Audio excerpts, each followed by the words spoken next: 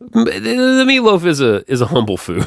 Is you got a meal and you essentially made love to the cook. Yeah, I'm just gross. Here's 18 stories about me masturbating in a disgusting way. Well, that hair, to be fair, Yeah. I'm going to stop rhyming. Sushi jackknife, sushi jackknife, sushi jackknife, sushi jackknife, sushi jackknife, sushi jackknife, sushi jackknife, sushi jackknife, sushi jackknife, sushi jackknife. I got rock candy coursing through my veins. Yeah, rock candy Rock candy! coursing through my veins. Ah! My tits are sweating. It's... Was that the veggie loaf? It might have been the Veggie Loaf. Oh, y'all, it has been a day. Let me tell you. It could be the burger I had from Jack Brown's earlier. Jack Brown's. I love Jack Brown's. Who's Jack Brown? It's like a chain, but it's real good. No, but who is? I don't know. Some fucking guy. They make burgers? Yeah, they make burgers. And, that's unremarkable. Mm-hmm. But Jack Brown's is pretty good. What you're referring to is what I had for dinner just now. Which was a veggie loaf. From Amy's. Yeah. From the freezer. Yeah. A veggie loaf. Yeah, it's not bad. The burger was better. if that comes as a surprise. Veggie loaf. For those who want the mediocrity of meatloaf, but without the meat. I will defend meatloaf. If you have a good meatloaf, it's not bad. I like meatloaf. A good meatloaf. A good meatloaf. There is okay. I don't think I've explained my theory on food. Oh, I thought you had a meatloaf specific theory. Okay. It'll get tied in. Okay, all right. Okay, so every food I feel like exists on a 1 to 10 scale. Sure. 10 being the best, 1 being worst. Yeah. But the caveat here is there are certain foods that cannot reach a 1 and cannot reach a 10. Ah, okay. So like pizza, for instance. Yeah. The lowest pizza's ever going to get is a 6. Okay. All right. On a 1 to 10 scale, sure. Like a bad pizza is still pretty good. It's still pizza. Yeah. Yeah. Tacos, like it's going to be the lowest it gets is a 5. Sure. Meatloaf gets the whole 1 to 10. It can be terrible. It can be really bad. Yeah. But it can be really good. Yeah. It can knock your socks off. So it's more of a gamble. Yeah. That's why people like pizza and tacos and burgers as their favorite foods, because you can't be disappointed by those. This is a good theory. Yeah. No one ever says my favorite food is paella. Because, man, that's like a 1 to 20 scale right there. It can be the greatest thing you've ever had, or you can puke a lot. Right. Yeah. You can physically get ill from paella. From paella. So ceviche. Yeah. Something like that. Mm-hmm. You're right about meatloaf, though. I like a meatloaf. But if you have a dry meatloaf, it's not good. Oh, it's bad. I love the layer of cooked ketchup. Mm-hmm. I know it's kind of weird and gross, but I'm a big fan of that. No, you know what I'm saying? I am fully in support of that. Some people do barbecue sauce, maybe. I'm going to alter the scale. All right. Of meatloaf, because I don't think there's a middle of the road meatloaf either. Oh, so you're cutting out I feel like meatloaf exists in 1 to 3 or 7 to 10. Okay. If you're rating a meatloaf. I could see where you would say that. Yeah. I don't think you can have a 5 meatloaf. It's either going to be terrible or you enjoy it, and it's good. Or it's going to be awesome. Yeah. My grandma made a mean meatloaf. What would you say out of 10? I put it at an 8 or a 9. That's a good meatloaf. It's a really good meatloaf. Yeah. I think I've made a decent meatloaf. Mm-hmm. 7. Probably a 7 meatloaf. Now, on the flip side, in my house, okay, we have had recipes that we did not interpret correctly. Oh, I've done that. Or follow correctly for meatloaf. Yeah. And that was definitely a 2 meatloaf. But then you have a whole thing of meatloaf, and you're like, well, we can't waste the meatloaf that we have here. Yeah. It's a weird concoction of things to work. Yeah, it makes no sense. I actually have a photo on my phone of the last time I made a meatloaf. Mm-hmm. And it's a bowl filled with ground beef, an egg, various spices. What vegetables go in there? An onion, maybe some garlic, maybe a little. You want some garlic. Just a little bit of garlic, not like Well, pasta night garlic. okay, that's Yeah. The meatloaf is a humble food. It's the blue collar of Certainly. foods. Bell pepper, I feel like, is a key component. I don't know if it's a key component, but it does add something to it.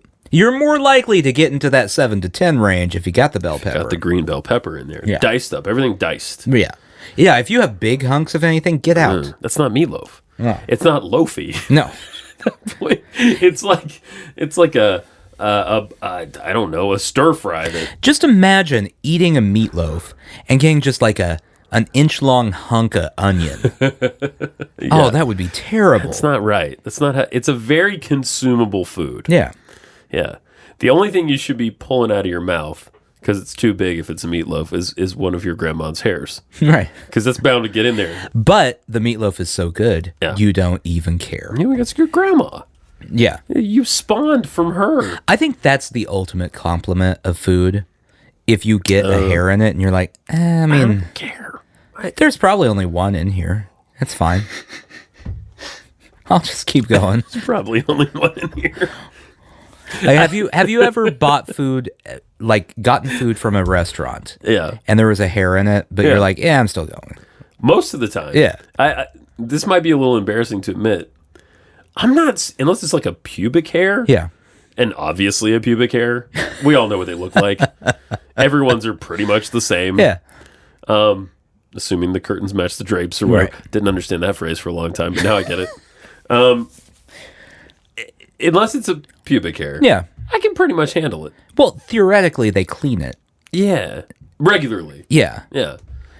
And I know this is going to be a hot take for some people listening. Oh, okay. No one's ever gotten sick from a hair in their food. I don't They think just don't like it in their mouth. Oh. Right. Because no one wants a hair in their mouth. It is taking the essence of another person Yeah. and putting it in your mouth. It is a very intimate act. But It is. What you can take away from that situation is you got a meal and you essentially made love to the cook. Maybe you weren't looking for a personal connection with the line cook from Chipotle, but maybe you were. Maybe you mashed haven't. the avocado so well. Maybe you haven't been touched in ages, and that's the closest you came.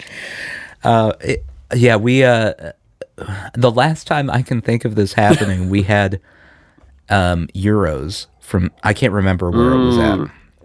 Yes. And my wife and I were both in the middle of talking about how good they were. Yeah. Yeah. And then right then she got a hair in it.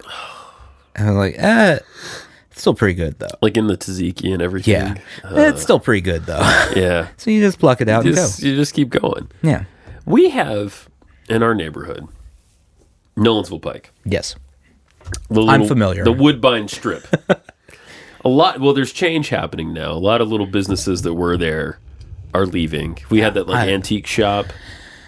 He's gone. The toy store. I don't want to talk. You know this upsets me. What do you mean, the turnover? Or Yeah. Well, okay, so I'm not opposed to progress in a neighborhood. Sure. But I feel like we're going on the wrong side of gentrification here.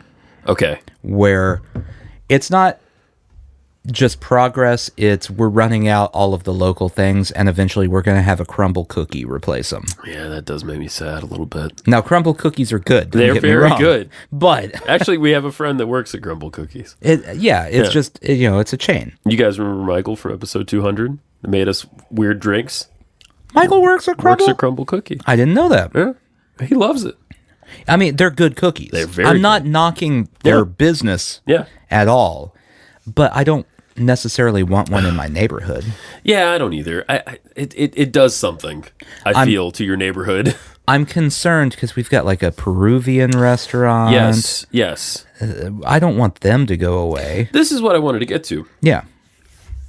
We have little strips and there's a lot of restaurants that come and go. There's a lot of businesses in general that come and go. Right. Restaurants have come and gone. Strikeout Wings moved. They're still in business, but they moved. Down the street. We have to drive now. Yeah. Ugh. Loved having that there. Pretty good wings. They were very good wings. Very good wings. We went there a few times. That sweet and sassy sauce. If you're in Nashville, go get some sweet and sassy. Yeah, it is good. And sweet and sassy. You might throw in a deep fried Oreo. There you go. They're always pushing those. Yeah, oh yeah. Yeah. At one point, and the restaurants can very much be dodgy at times. There's one place I've never seen a human being in it. Ever. It's called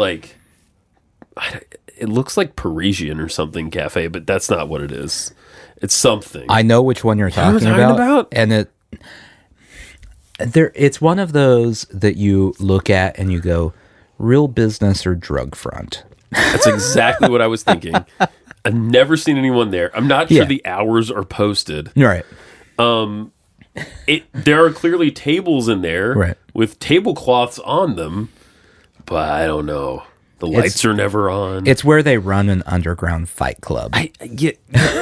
Like you kind of think so. So among those sketchy-ish restaurants, and let's redefine sketchy or just emerging businesses. There we go. At one time, there was a restaurant there. I want to say it was, I can't remember what it was called, but I want to say it was like Guatemalan food or something. I don't know. I went in there one day. Yeah. And they had a Cuban sandwich. This is not Guatemalan food. It's a Cuban sandwich. Right. But they understand they understand where they're at. Yeah. They're in the heart of Nashville. Yes. You're going to get some gringos walking in going, Guatemalan? What do y'all eat? Well, I'd like a Cuban. Yeah. I was one of those gringos. Y'all the same, right? And you know what? It was a kick-ass Cuban sandwich. I had it at least twice. And this was one of those scenarios. I know this restaurant you're talking about. You know which one I'm talking about? We ate there. It was very good. It was very good. Yeah. One time I got a huge hair in the middle of the sandwich. Yeah. Like on the tomato and all. I ate the whole sandwich. That's how good it was. You have to. Yeah. In a situation, especially, I feel like I'm more lenient if it's a local place. Yeah. Yeah. If I got a Burger King hair... Yeah, it's a different story, isn't it? Oh, man, that Whopper's ruined. Well, that hair, to be fair... Yeah. I'm going to stop rhyming. Could have originated anywhere in the country. That's true. You don't know if that was in the processing of the food. Exactly. Or the cooking of the food, or the delivery of the food. You do know that whatever that person, whatever hair that came from. Yeah. Yeah. That person wouldn't pass a drug test. That's what you know. That's what you know. It came from Burger King. Right. And because I consume their hair, I can run said test. Imagine if you didn't pass a drug test because you ate a Burger King hair. Oh my God. There's so much residual THC in there that you... Wow. That is actually hard to imagine. Yeah. Now, okay, so speaking of THC. Okay. I had this thought the other day. So, CBD. Legal everywhere with THC. Wait. Not but like most states, it's legal. What are you saying? The CBD is with legal. THC. Like the Delta 9, Delta 8, Delta 10. Oh, yeah. Yeah. Okay. Are businesses really going to be able to drug test everyone for THC now? Certain jobs will have to. Yeah. Other gigs, no. I mean, I feel like at this point you just have to go, Yeah. I mean, what do you... Because it sticks around in your system. I mean, I don't know if it shows up in like urine that long. I've looked it up because I'm a very curious person. Yeah. It's a few days. Okay. That it's in your pee. Yeah. Okay. And if they do a hair test, it's forget about it. A month. Like minimum. Okay. All right. Yeah, I mean, I think there's gonna have to be a level of just accepting it, right? Like you would think so. I mean, maybe if you're flying airplanes, maybe not. You're in charge of all the Pentagon secrets. Okay. You got to think at a high level job like that, Pentagon secrets job. Yeah. They allow for a certain amount of indulgence. Would you think? Tomfoolery. I would shenanigans. Think the stress You know what would be a good movie? A Cheech and Chong movie where they get a job at the Pentagon.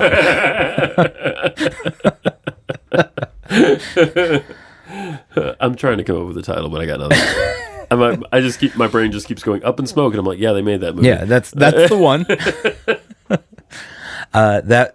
And it has to be 70s Cheech and Chong, not modern day Cheech and Chong. So it's not going to happen. We can't time travel, but it's true. I'd watch that movie. It would be good. Is Up in Smoke the one where the van is like basically made of weed? Yeah, I believe so, yeah. And it catches fire at some point naturally. They're not really my cup of tea, but that's like the one thing I remember. Yeah. There was I hope it's still there, I don't know. There was an East meets West restaurant, I'm pretty sure it was drive-through only in Atlanta. And it's called Cheech and Chong's. And it was Mexican food and Chinese food.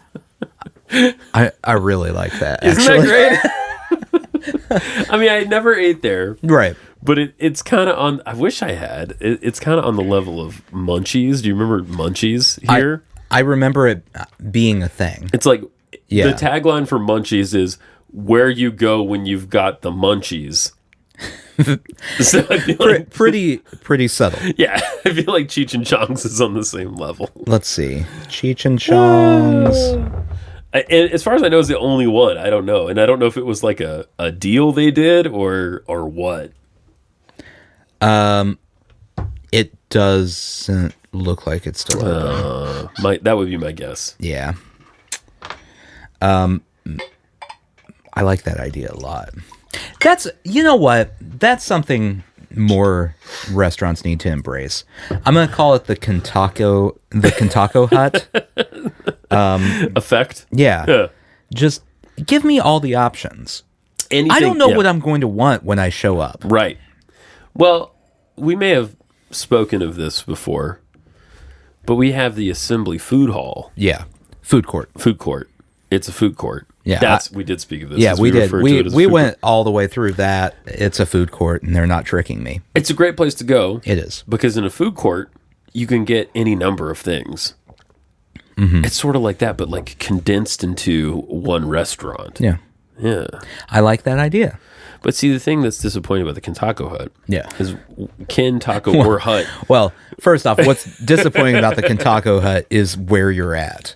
Because most likely you're on a turnpike in the middle of Missouri. I was going to say Bethesda.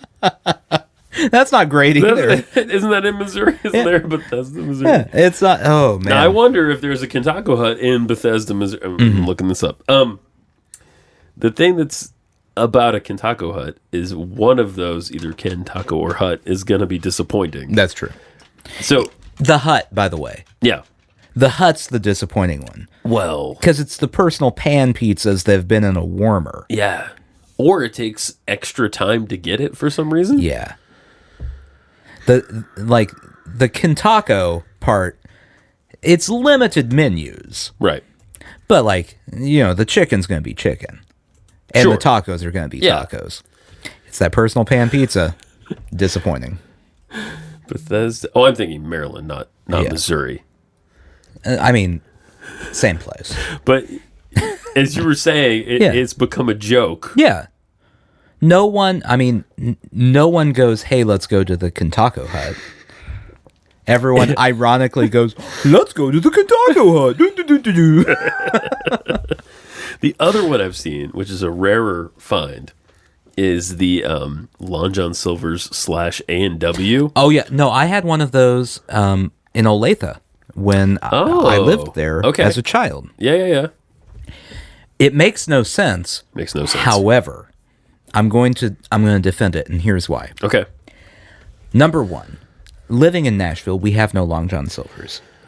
And I have grown to miss a Long John Silver's. Really? Yeah.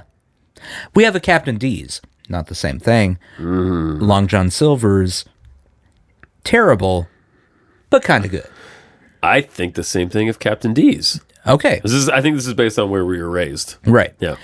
A&W, terrible, but also kind of good. Yeah. So you've got two trash but kind of good restaurants joining forces into the ultimate trash but kind of good place. Occupying the same space. You can go there, order the captain's platter or whatever it is at Long John Silver's. Yes. But still get the frosty mug. That's true. For the A&W root beer. That most of their business has to be the root beer. I mean, it's kind of a big deal. Yeah. They have it in a big special barrel. It's just a tap. It's the normal, but it looks like a barrel. It's that's the way to go. That is the way to go. All the trashy fast food places need to team up with another trashy fast food. For a while, White Castle over here, was with Church's Chicken. Oh yeah, I forgot. That was a good combination, but then they kicked Church's out, and now it's just White Castle. I do like a White Castle now and then. Oh, come on. Well, where I grew up, we didn't have White Castle. We had Crystal. I was gonna say you're supposed to like Crystal. I mean, I do like Crystal, but I had White Castle, and this is gonna shock some people. It's exactly the same. Yeah. Well, no, the difference is White Castle is from up north. Yeah. And so if you're up north, you get your weird greasy burgers from White Castle. Your sliders. Yeah. If you're down south, you get your weird greasy sliders. Yeah. Fancy it from up. Crystal. Right. Either way, you get diarrhea. It doesn't matter where you're at. The results are the same. That's the thing that if those had been around during the Civil War, would have united the North and the South. The Confederacy and the Union would have been like, hey, did you get diarrhea? Yeah, you got diarrhea too? Okay. You know what? We can't digest this food. Let's just get back together. Maybe together we'll come up with something. And they came up with was the KenTacoHut. There you go. Weirdly, the Long John Silver's A&W makes... Okay, I phrase that backwards. Weirdly, the KenTacoHut makes more sense in my brain than the Long John Silver's A&W. Oh, no, it makes a lot more sense. Okay. But think about it this way, too. I'm thinking. Long John Silver's and A&W are on polar opposites of the food world. Yes. You got fish and chips, fast food fish and chips, whatever it is. Yeah. And you got burger and fries. Yes, their chips and fries are the same.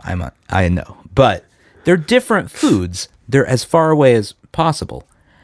Bringing those together, you get two very diverse groups of fast food people coming. Yeah. I think you're onto something. I think it was a great idea. Now, if you could get all five into one place. Because KenTacoHut is missing a burger. They are. That's true. You need the burger. That's what unites them, though. That they don't have a burger? They don't have a burger. But if they had the burger. Yeah. And it can't be a McDonald's. Because that overpowers the other three. You have to have an equal partner. Well, yeah. McDonald's is the largest. Yeah, A&W would be a good partner to throw in there. It's not going to overpower the other three. You're not wrong. So if you have a party of five, everyone wants something a little different. Right. You go to the KenTaco Silver A&W hut. Yeah, that. Yeah, that. At what point do we just have to come up with a new name for it? You just have to have a different... Well, then you have the Assembly Food Hall. Yes. That was the entire planning of these food halls. Yes. Someone had this idiotic conversation we've just had for the last 20 minutes. And then went, let's just call it a food court. No. Food hall. They're paving, and maybe that's what they're doing. They're preparing us all for the inevitable. For the ultimate corporate takeover of food halls? I think so. You mean I can get Hushpuppies and churros? Yeah.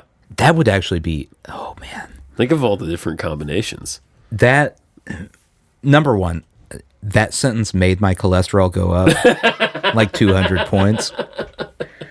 But number 2, that sounds like a fantastic pretty situation. Pretty good. Hushpuppies are great. Mm-hmm.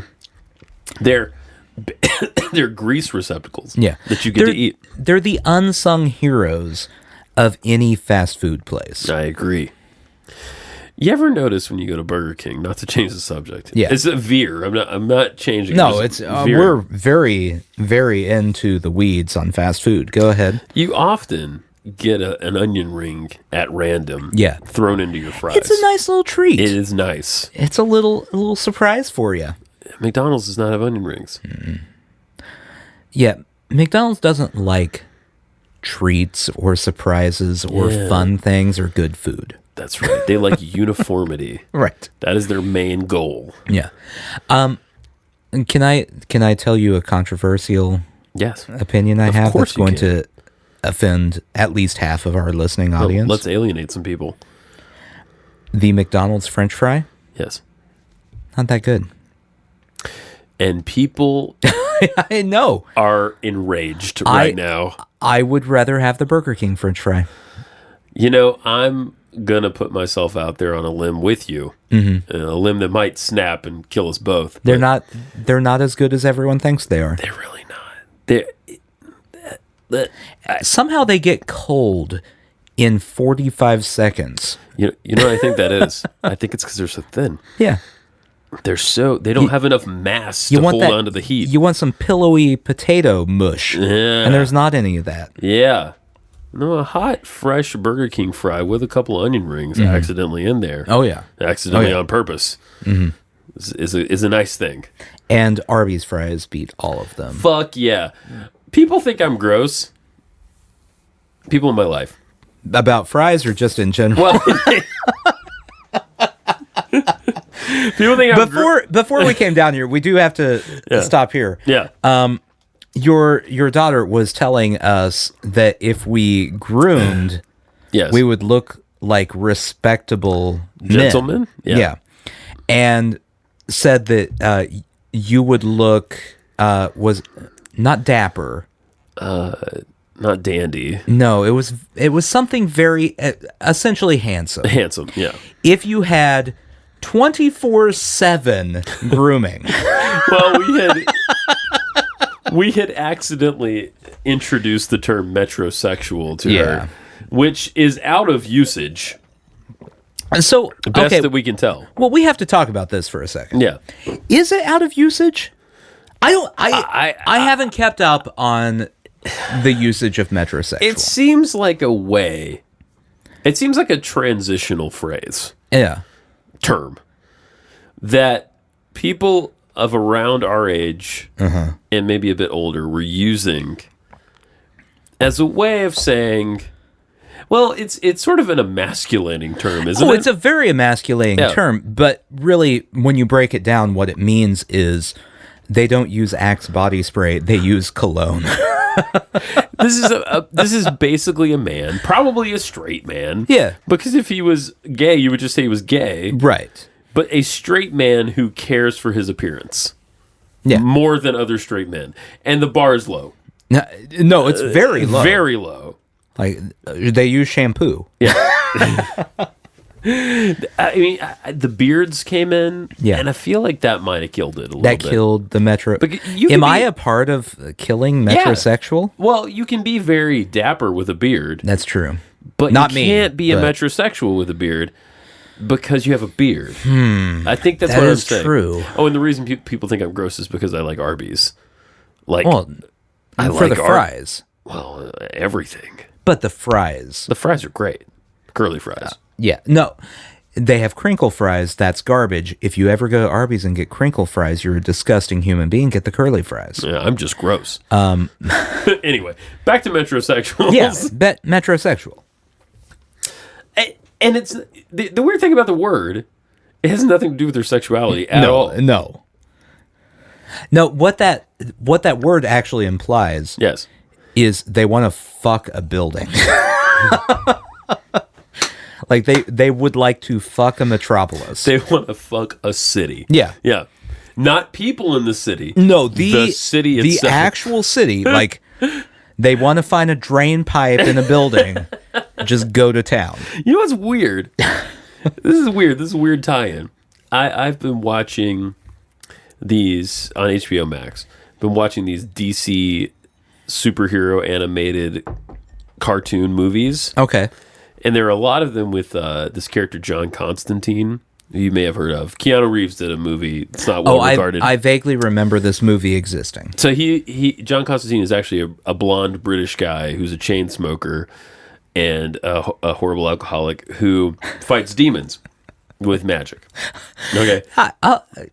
I feel like every British character has to be a chain smoker functioning alcoholic. Yeah. He's a great character. Yeah. Anyway. He's a great character.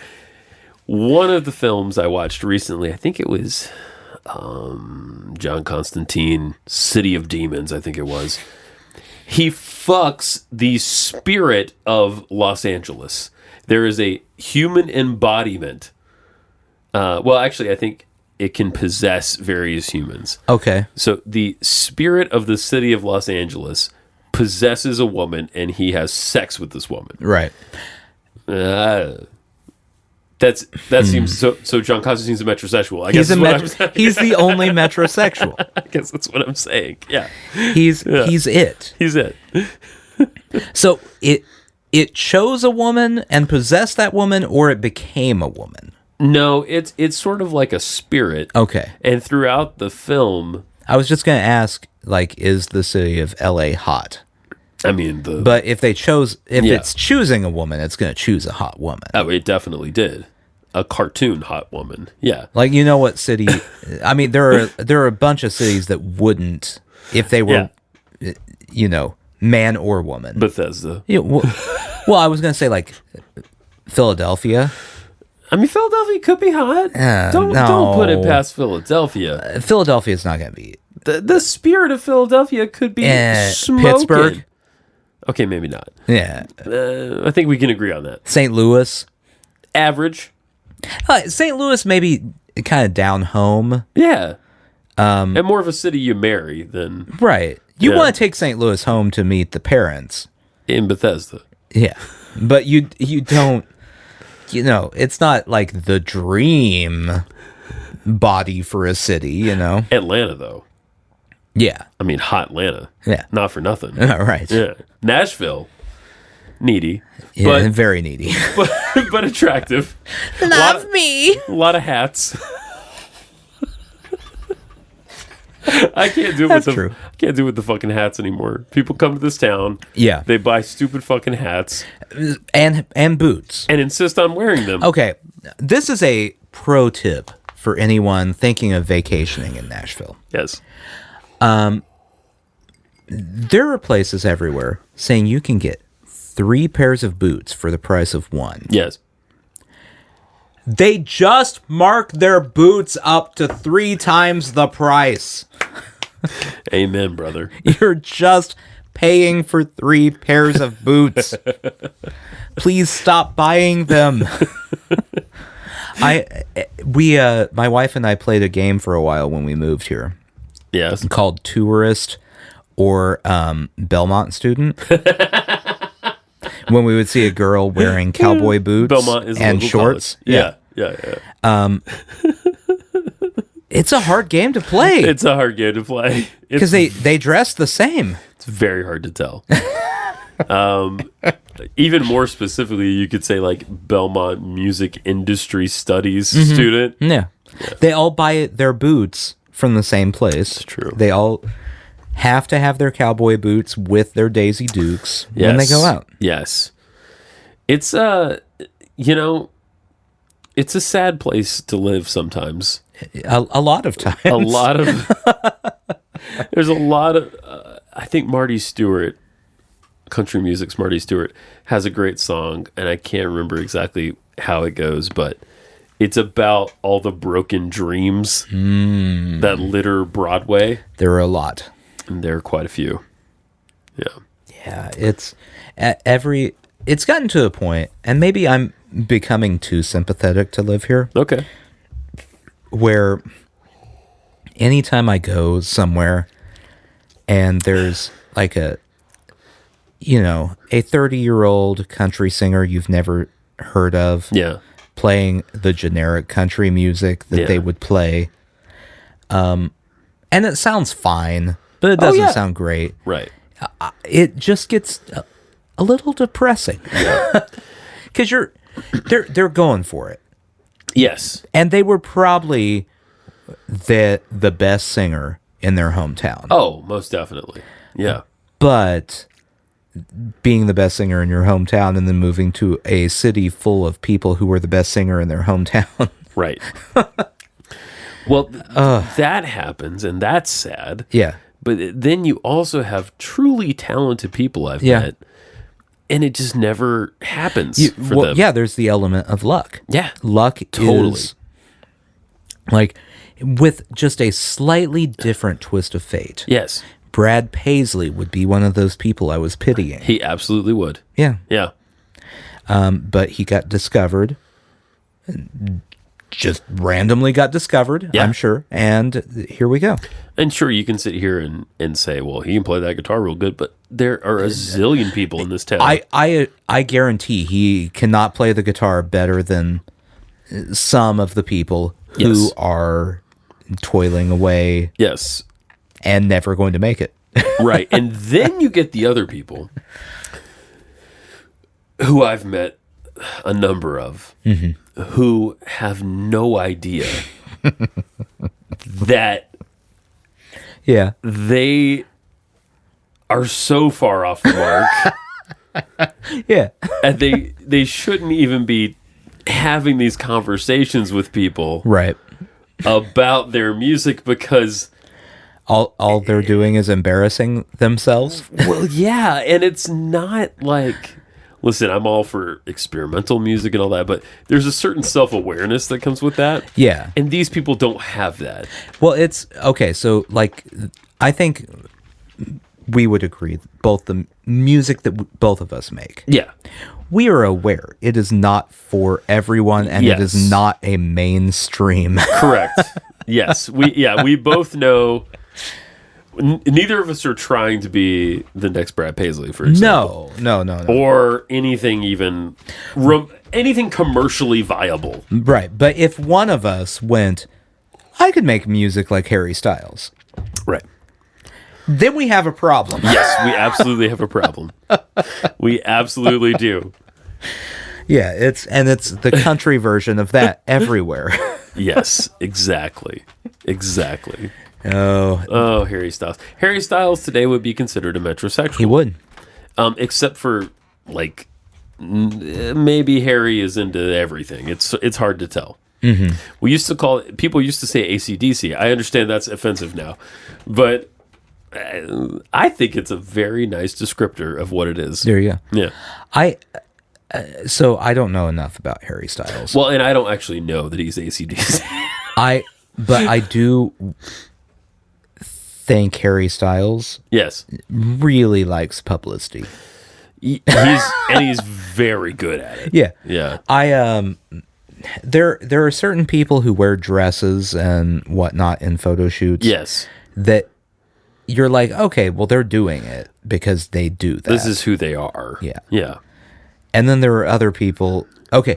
Example, Kid Cudi. Yes. Was on SNL. Yes. Yes. And wore a sundress during a performance. Yes. As an homage to Kurt Cobain, who wore a dress. Who wore a dress on stage. Right. As did many other people in the 90s. Very normal thing. Yeah. That is an authentic expression to me. Mm-hmm. Harry Styles going, I'm doing a photo shoot, but I'm going to wear a dress while I do it, feels a little forced. Yeah. Yes. Again, it's self-aware. Right. It's like... But if people like it and if he's happy with it, whatever. I don't care. And people seem to really like his music. And what I heard sounded very impressive to me. I was told it was very good a week ago, and I haven't listened to it, and I'm probably not going to. Right. I think I've reached the point. I think I've reached the point where I'm sort of irrelevant. Okay. In my taste. Yeah. And I probably reached that point a few years ago. But you just didn't know it? Or I didn't accept it yet, and now I'm accepting it. Okay. I have no fucking idea what's going on anymore. Well, I've been at that point for a long time because I never really liked anything new. Yeah, I mean, the most mainstream stuff that I've ever liked is hip hop. Yeah, right. And you are a hip hop fan. Yeah, yeah. But outside of that, yeah, everything I like is definitely not what is popular. And and you know, actually, I got to say that's kind of it's kind of nice to hear. Yeah. I am still listening to records from 30, 40 years ago. Oh yeah. And that's like most of what I listen to. So, I mean, I listen to new stuff. That's not but like bad. My default is like, well, here's another REM record. Yeah. I haven't listened to in a while. Like, I've listened to all of them, but I can listen to this one again. Well, you have to have those records that you revisit. Yeah, that mean a lot to you. Like I just did this last week, and I understand before I say this that they're a problematic band now. Okay. Who is this? Brand new. Oh, yeah, because he's problematic. Yeah. Now, I will also add, is anyone really surprised with the lyrics he wrote that he has some problems? Yeah. Anyway. Yeah. But I just listened to Deja Entendu. The astronaut cover, Yeah, it's right? so good. Yeah, it's such a good album. And I need to dig back in. I've listened to it, but it's been a long time. It's so good. Yeah. I remember everyone. That was like a standout record of the early 2000s? Yeah.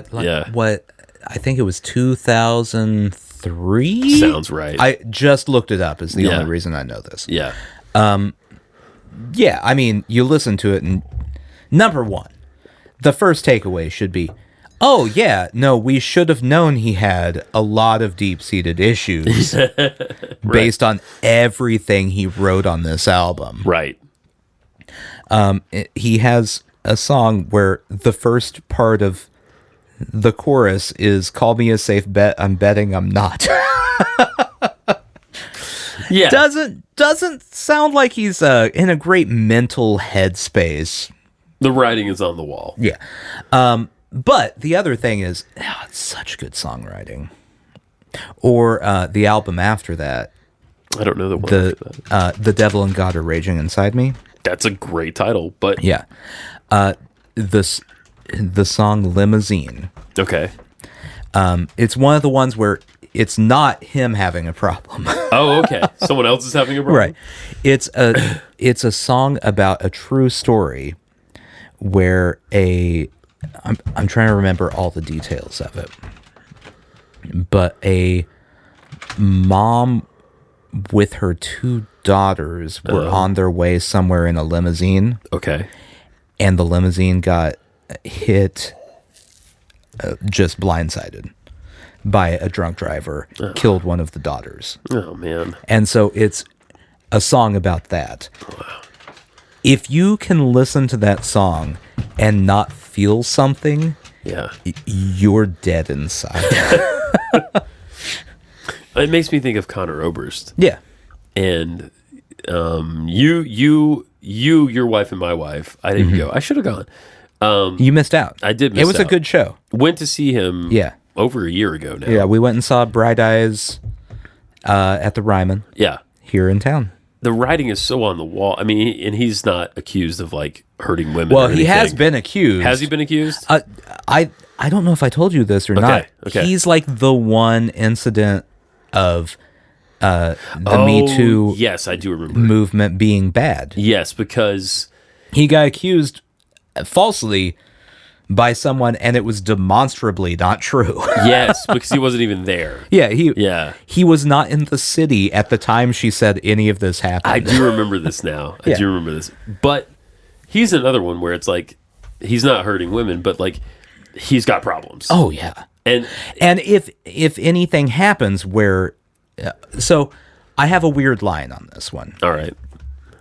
We'll go back to Brand New because I don't want to drag Connor into this because he hasn't done anything yet. No, right, exactly. But Jesse Lacey, the lead singer of Brand New, who he talked to 17-year-olds. I believe sounds right. I believe that's what it was. Yeah. So he wrote these critically acclaimed albums about how he has fucked up relationships with women and with sex in general. Right. And then when it came out, everyone went, what? Yeah. Like, okay. It's kind of we like... can't bury our heads in the sand. If you celebrate the person for having this problem for, 15 years. Right. You have to know you played a little bit into it. It's kind of like Louis C.K. Yeah. He talked about it. All the time. All the time. His whole thing was, I am a piece of shit. Yeah. Here's 18 stories about me masturbating in a disgusting way. And then when he masturbated in a disgusting way, everyone went, whoa! Wait, where did that come from? And one that I always remember about him masturbating rats. Yeah. And that I'll never forget. Yeah. Man. Like there's some responsibility where you can't just blame the people who got to that height. Right. And be like, I thought they were kidding. No, dude. No, you did not. You knew. Or like in a musician area. Well, I thought it was artistic license. Yeah, it was artistic license with their fucked up issues. Exactly. Because everyone has issues. Everyone has issues. Not excusing the issues. Right. Everyone should have to deal with the ramifications of what they did. Of course. And no one should hurt anybody. But you can't be surprised when Jesse Lacey, it turns out, has weird sex stuff. Yeah. And has done gross things. Because he's been telling you for years. He wrote multiple albums where that is mentioned. Yes. So. Yes, exactly. Anyway, all that to say, Limousine's a really good song, and it has nothing to do with any of that. Go listen to it. And as far as we know, Conor Oberst doesn't hurt anybody. Right. But he clearly has issues with alcohol and drugs. Yeah. He's hurt people, but not in that way. More himself. Yeah. Yeah. I'm sure he's divorced. I'm sure there's been some hurt. Rocky relationships and hurt. Because of the alcoholism. I don't want to say he's an alcoholic. I don't know. No, we don't know. But he definitely has had a few too many drinks. I think that's a safe bet. Multiple times on stage. Sure. And it has not gone well. He spoke his mind. Yeah. Yeah. Well, it's after... so when he came to Nashville, he went on a rant about the Confederacy and how the Ryman Auditorium used to have Confederate stuff up. Sure. Which he's not wrong, but it was a very long-winded rant. Sure. And it was like a week later. I can't remember. It may have been Cleveland. I can't remember where he was at. He ended up leaving the stage after like 2 songs. I thought this was in Texas, maybe. Was it in Texas? Maybe. I can't remember where it was. He just bailed on the show. Yeah. Yeah. Not going well. No. Which hurts me because Conor Oberst is one of the people that his lyrics have changed the way I've thought about music. I don't want bad things to happen. No, not at all. Oh, not at all. No, not at all. I mean, I don't want bad things to happen to anyone, even Imagine Dragons. Well, maybe a little. I mean, you feel maybe a little. Would bad things improve their music? Maybe that's it. I don't know. They would have something to actually write about. I feel like the bad... Well, yeah, that could be. That could be. And apologies if Imagine Dragons comes from a broken home or something. Yeah. But you do... I mean, I do feel... Now, okay. I'm going to float this. Okay. I grew up thinking... Maybe this is because I grew up through the grunge era. I grew up thinking that you needed pain to be an artist. Yeah. I don't really... That's a popular opinion, by the way. I don't really believe that. Right.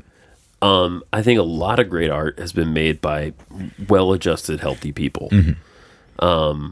A lot of art has also been made by not well-adjusted people who have been through some shit.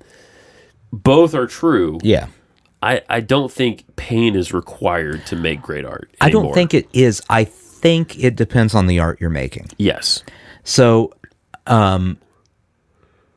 Okay, we'll go back to we were talking about Kurt Cobain earlier today before we started apparently recording. Grunge tarot cards exist. Yeah, fucking awesome. Anyway, shout out to T.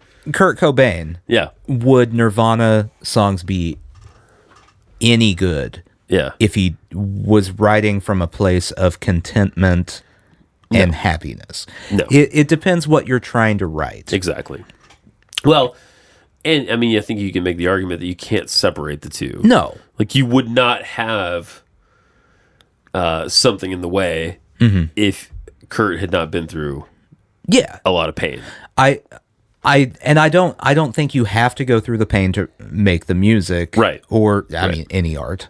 Yeah. You don't have to go through that pain, but it depends what, like, if you want to express the pain that you've gone through. Right.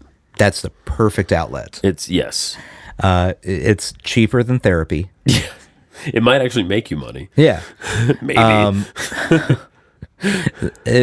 If you don't have that pain, and like Dave Grohl's a great. He does not have that pain.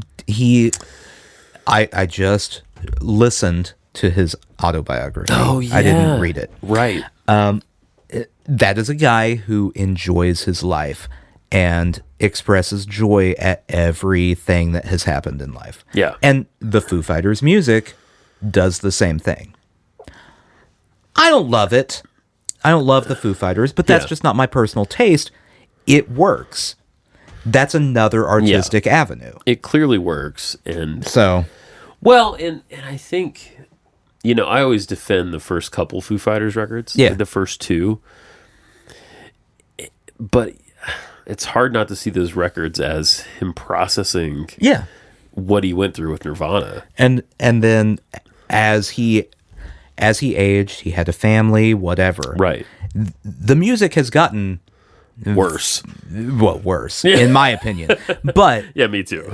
More focused on positive things, which isn't wrong. It's just another way of going about. I think the important thing is expressing whatever is happening. Yes, exactly. Whether it's good or bad. And at the end of the day, Dave Grohl is a much better role model than Kurt Cobain. Oh, much better. Yeah, everyone should want to be like Dave Grohl. Yes. There's not anything that Dave Grohl has ever done that I've seen where I'm like, ugh.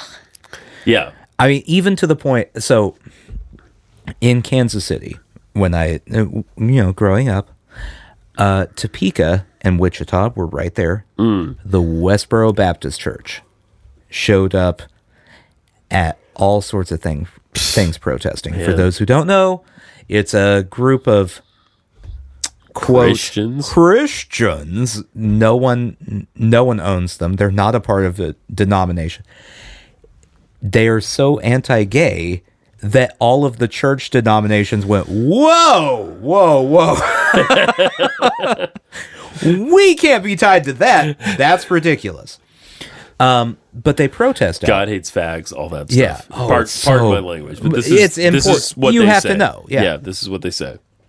And that is, everywhere. Yeah. If you're in Kansas City, I think it's died down now that the main Fred Phelps guy died.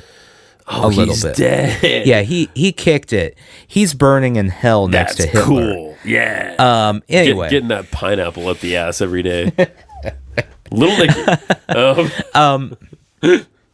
But they would come and for whatever reason picket outside of Foo Fighters concerts.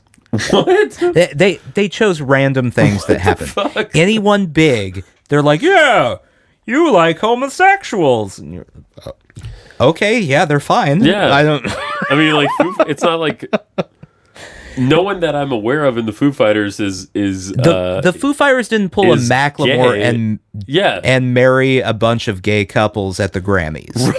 Right. Like, that's not a thing that happened. They didn't even do a Sam Smith and do a body song. But instead of just ignoring them or getting mad at them, right? Dave Grohl and the Foo Fighters, the whole group, just trolled them over and over. That's awesome. And so during the show? No, before while they were picketing. So there was one specific one I remember where they rented a flatbed truck and dressed up as country musicians. And drove around them playing a song they had written about how messed up the Westboro Baptist Church is. That's amazing. It's just I love stuff that. like that. You're like, Dave Grohl is a good person. He's a good person, yeah. And I love that anytime you hear him talk when he's addressing young people, he tells them to just like get in a room and start a band and just play and don't worry about it. And, I want Dave Grohl to adopt me. Right. He's like, I mean, it really is like a ray of light, and in a world where like kids are kind of consumed with more the fame side of making music than the like making music side of making music. Right. He's like, just get in a room and fucking play together. Like, I don't know. That's so encouraging. That kind of thing is what made me want to do it in the first place, Yeah. We need more Dave Grohls in the world, but more Kurt Cobain music. Yeah, that's right. That's right. And maybe this is a poor example. It occurs to me now because, like, well, I'm not going to say, I don't know why Talking Heads is sticking out to me. Okay. Now, in recent years, I think David Byrne from Talking Heads has figured out that he probably has autism or Asperger's. Yeah. And that is its own sort of pain, However, they don't seem to be a band that rolls around in pain. That's the same way Nirvana does. And also, I think they made a lot of great music. So, like, I don't know. It just as a counterexample. Yeah, you don't have to. Yeah, you don't have to. Paul Simon's Graceland is a gloriously positive album. Paul Simon. Most Paul music. Simon. Yeah. And Paul Simon goes down in history as one of the best songwriters of all time. Tom Petty. I don't have any...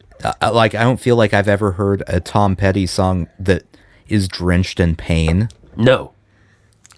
And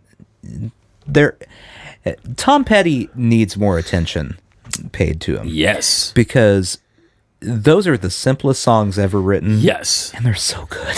The simplest and the best. They're so good. I mean, if you can sit here and honestly say you do not like Tom Petty, then you should turn off the show right now. If you can sit here and say that you don't like Tom Petty, you just haven't heard the right Tom Petty song, because there's one out there that you'll like. Exactly. There is at least one Tom Petty song for everybody. As you said, they are remarkably simple, but they connect in a way that, like, if I sat down and wrote a song with the same chords as a Tom Petty song right now, it would not connect. Tom Petty songs are so simple that anyone listening that can play any instrument, give yourself 15 minutes, you can learn the Tom Petty song of your choice. Yes. Not a knock against Tom Petty. That's how good the songwriting is. You don't care. That's right. That's right. You know who's been blowing my mind lately? And in a way, I feel like she is like the female version of Tom Petty, in a way. Okay. The Pretenders. Okay. Have been blowing my mind. I've always liked Brass and Pocket. That's a decent comparison. Right? Thank you. Yeah. Thank you. I've always liked Brass and Pocket. Now not everyone loves this song, but I'm a huge fan of I'll Stand By You, which is their big ballad. Of course there's like Chain Gang, I'm going to take it one step further. All right. I'll Stand By You is their Free Fallin'. Oh my God, dude. Exactly. It's their Free Fallin'. It's the ballad that you're not really going to like, but you know it. Yeah. And if it played, you're going to sing it. I do think it's a powerful song. Yeah. I think Chrissie Hynde and the Pretenders are like right there with Tom Petty and the Heartbreakers as like American. You know what? Rock and roll. I never would have thought about that, right? but you're right. Thank you, dude.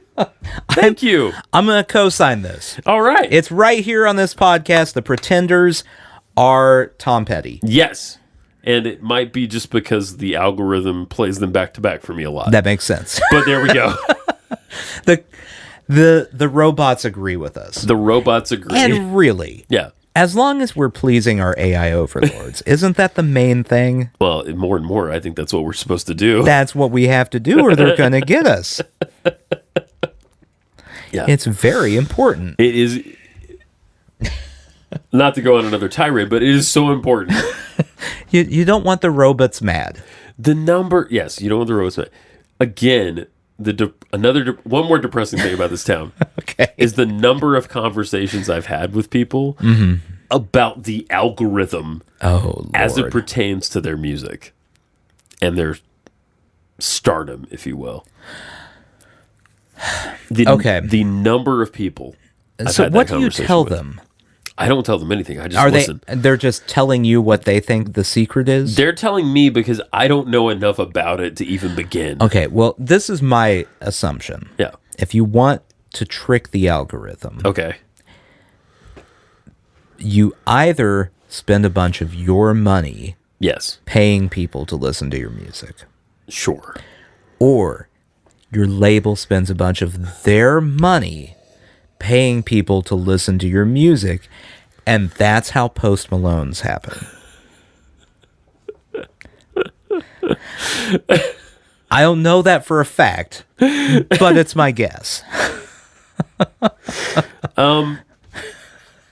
Now I feel bad for throwing Post Malone under the bus. His music's garbage, but he may be a good person. I don't know. I mean, who knows? Yeah. I was going to do a Sushi Jackknife there, but now I feel like we have to talk about Post Malone. I don't give a fuck about Post Malone. Okay, that's fair. Sushi Jackknife. Sushi Jackknife. Thank you.